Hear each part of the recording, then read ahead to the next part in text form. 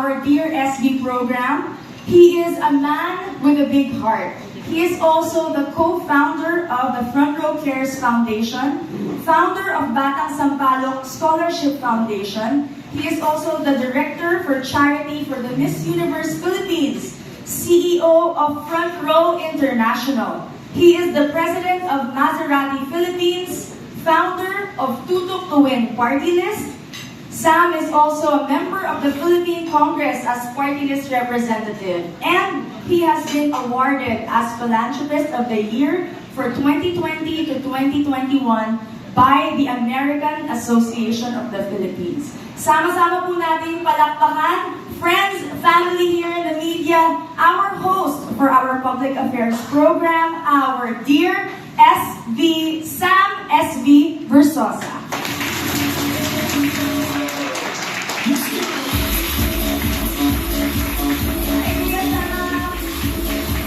Sa buhay lahat, magandang tanghali po sa lahat ng ating mga kaibigan na dumating ngayong araw. Thank you so much po sa oras ninyo.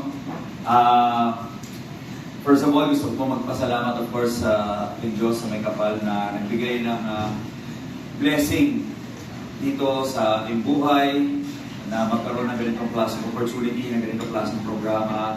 Thank you po Lord, and bless this day na makapag-inspire tayo ng mas maraming tao.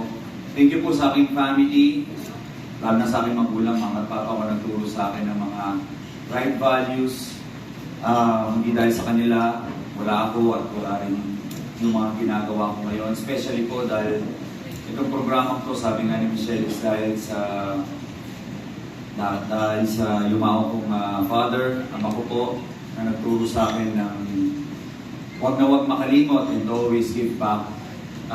But more than that, the program itself is not about me, it's about the story of our kababayan, mga ordinaryong Pilipino na nagsusumikap, bagamat may mga pinagdadaanan silang kahirapan or pagkukulang sa mga sarili or mga sakit, nagsusumikap para mayangat yung pamilya, makakatulong sa pamilya at mabawi mga kanilang mga buhay. So I hope itong araw na ito ay mapuno ng inspiration, ng pag-asa at saya para sa lahat po. Maraming salamat. Okay, bago po tayo magpatuloy sa pagtatanong natin, I would like to invite Kuya Sam to go up on stage and also be seated because may mga questions muna ako para sa kanya. Okay lang ba yun? Ako muna mauna. Ladies first. Yes. Okay. Kuya Sam, super successful ng ating first season. Once again, palakpakan naman natin ang Dear SB. Very, very successful. Sobrang daming natulungan, sobrang daming storya ang naibahagi. Ano yung story na talagang nag-touch sa puso mo at ano yung natutunan mo from that? Halos lahat ng story talagang tumatak sa puso ko. Madaming realizations. It's a very humbling experience kasi nakakasama ko sila sa araw-araw nilang mga buhay. Nakikita ko yung pamumuhay nila, yung mga problema nila first hand. But kung tanong mo kung ano yung memorable, sabi mo nga, una si Lola Fedeng, isang 86 years old na pedicab driver na kahit matanda na siya, naghahanap buhay pa siya. Pero ang nakaka-inspire doon napakaganda ng outlook niya sa buhay. Nag-e-enjoy siya sa pagtatrabaho niya.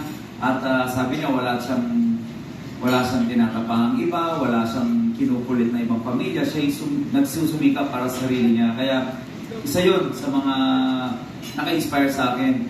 Isa pa yung kwento ni Rolando na may anak na may cerebral palsy na 20 years na niyang inaalagaan. Imagine niyo yung anak niya may cerebral palsy, 20 years inaalagaan niya. Ang dami niyang trabaho. Nagbebenta ng balut, nagbebenta ng gulay. Buong araw, sinamahan ko po siya simula madaling araw na malengke kami. Nangaliskis ako ng isda, nagbenta kami ng isda. At nagbigay ako ng tulong, ng tindahan sa kanya. Hanggang pati tulong sa kanyang anak. Isa yon. At may isa pa si Ronnie, isang delivery rider. Nagbabike lang siya pero binigyan namin siya ng motor. Ngayon, delivery rider siya ng angkas. So, by giving those kinds of help, nagpo-fulfill yung advocacy and ng programa na hindi lang sandalian yung tulong pero sustainable, matagal. Katulad na nagbigay tayo ng negosyo, nagbigay tayo ng trabaho, tuloy-tuloy yung tulong sa kanila. And kaya memorable yun kasi nangyari po yung mga shoot days na yun habang nakaburol po yung papa ko. Kaya pinapakancel sa akin sana ng team yung shoot, but sabi ko nag-aantay na sila kasi biglaan po yung pagkamatay din ng father ko nung time na yun. Sabi ko siguro kailangan ituloy ko kasi na magantay ako dito, mas gusto yun ng father ko na ituloy yung pagtulong total. Siya na may nagturo sa akin ito at baka mas masaya siya pag natulungan ko ng mga tao ko. So, doon naging memorable yung mga sinabi ko mga pangalan sa iyo. And alam mo Kuya Sam, talagang naging memorable din lahat ng mga kwento at yung mga taong natulungan, kahit yung mga guests mo in every episode. Kasi si Marco nag-guest din siya sa'yo. And sabi din sa akin ng kapatid ko, grabe din yung impact sa kanya. Dahil hindi natin madalas nakikita yung mga ganitong kwento, hindi natin madalas naririnig. Pero dahil may isa tayong programa katulad ng Dear SB, nakikita natin yung struggles ng mga ordinary Filipinos, pero hindi doon nagtatapos. Dahil nakikita natin kung paano sila natutulungan ng isang programa na hindi lang maiahon yung buhay nila, pero pati yung pamilya nila. Kaya ang ganda talaga ng layunin ng programa ng Dear SB, yung mga sustainable livelihood programs. Bibigyan natin sila ng trabaho, kasi hindi lang sila yung mag-benefit doon, pero buong pamilya ang tinutulungan ng ating programa. At ngayon nga, mas marami tayong ma-reach, mas marami tayong ma-influensyahan at ma-inspire dahil nasa Kapuso Network na ang Dear SB, Kuya Sam. You are now on GMA. Palakpakan naman natin yan. It is a big achievement also for the program. Ano yung naging deciding factor or yung nag-push sa'yo para sumali ng Kapuso Network?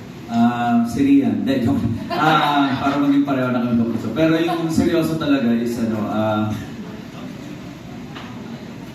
blessed kami na nabigyan kami ng ganitong opportunity before, ng mga past seasons namin. But nung sa basic experience namin, mas maganda kung mas mapalawak namin yung reach namin, mas maraming makaalam at maging aware sa programa namin.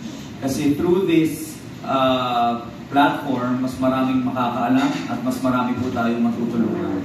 And yun po ang pinaka-advocacy natin at purpose dito sa programang ito.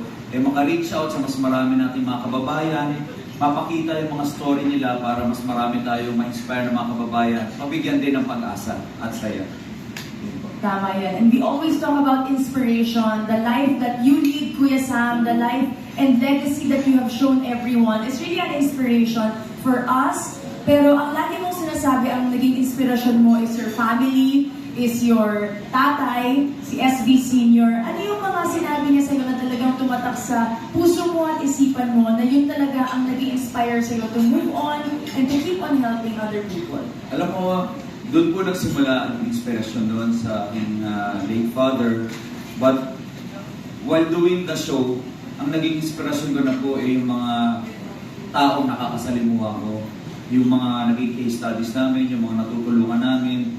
Kasi doon ko nakita na we are all blessed. We should all be grateful kasi akala ko mahirap na yung pinagdaanan ko. Akala ko marami tayong problema. Pero pag nadaanan mo yung mga pinagdadaanan nitong mga taong to, walang matbulag, walang kamay, walang paa, nasa ilalim ng tulay, binabaha, walang makain, nangangalakal. Doon mo masasabi sa sarili mo na ang dami pa lang mas nangangailangan pa.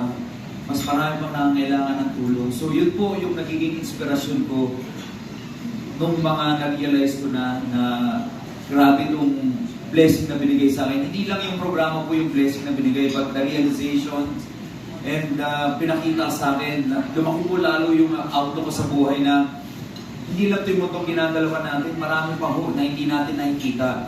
So I hope through this program makita ng bawat isa sa atin na ang dami nating kababayan na nangangailangan at we are all blessed na sana maka-inspire tayo ng mga tao na gawin din yung ginagawa natin sa Dear SB.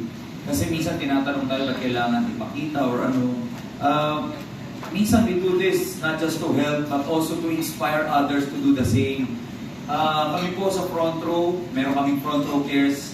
We've been doing this charity work for more than 10 years, almost 14 years. Hindi lang po Front Row na tumutulong, pati ibang mga tao. Dahil po sa ginagawa namin, yung mga ibang tao outside Front Row or inside Front Row, gumagawa na sarili nila mga tulong or mga charities. Katulad po ng mga ibang napapanood natin sa social media, di ba? Nakaka-inspire na nakikita natin sila tumutulong. Pati karamihan tumutulong na yan. Dami na nagbibigay ng mga reach outs, mga charities all over the country, actually all over the world. So this program is part of the movement to inspire others to do the same and help people. So I'm so proud of this program. Sana po mas marami pang ma-inspire. And sabi ko nga po, this is not about me. This is about the story of the ordinary people na nagsusumikap, bagamat sa kanilang mga pinagdadaanan, hirap sa buhay o pagkukulang, eh hindi nawawalan ng pag-asa at tuloy-tuloy lang sa paglaban ng buhay.